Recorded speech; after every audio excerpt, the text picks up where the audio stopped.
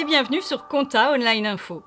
Au sommaire cette semaine, l'évolution prévisible des métiers d'experts comptables et de commissaires aux comptes, le calcul de l'indemnité de licenciement et la gestion de la canicule en entreprise. Les professions d'experts comptables et de commissaires aux comptes sont particulièrement bouleversées par la loi Pacte. D'un côté, le relèvement des seuils de nomination des commissaires aux comptes provoque la perte de chiffre d'affaires. De l'autre côté, les honoraires de succès avantagent les experts comptables. Ces changements provoquent des réactions au sein des institutions que sont la Compagnie nationale des commissaires aux comptes et le Conseil supérieur de l'ordre des experts comptables.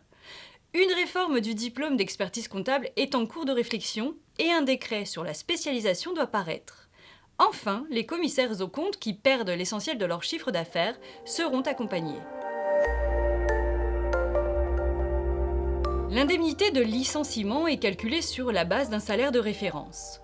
C'est une moyenne des salaires bruts, primes et autres accessoires du salaire, soit des 12 derniers mois, soit des 3 derniers mois. L'employeur doit retenir le montant le plus élevé. Un montant minimum est fixé par le Code du travail et par les conventions collectives, mais l'indemnité de licenciement peut être plus élevée. C'est le cas en présence d'un usage ou d'une clause dans le contrat de travail. L'indemnité de licenciement bénéficie d'exonération d'impôts sur le revenu, de cotisations sociales et de CSG-CRDS sous conditions. Elle représente un quart de mois de salaire par année d'ancienneté jusqu'à 10 ans et un tiers au-delà.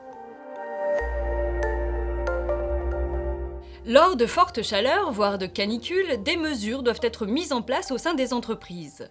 L'employeur doit suivre des solutions de prévention communiquées par des organismes participant au domaine de la santé au travail.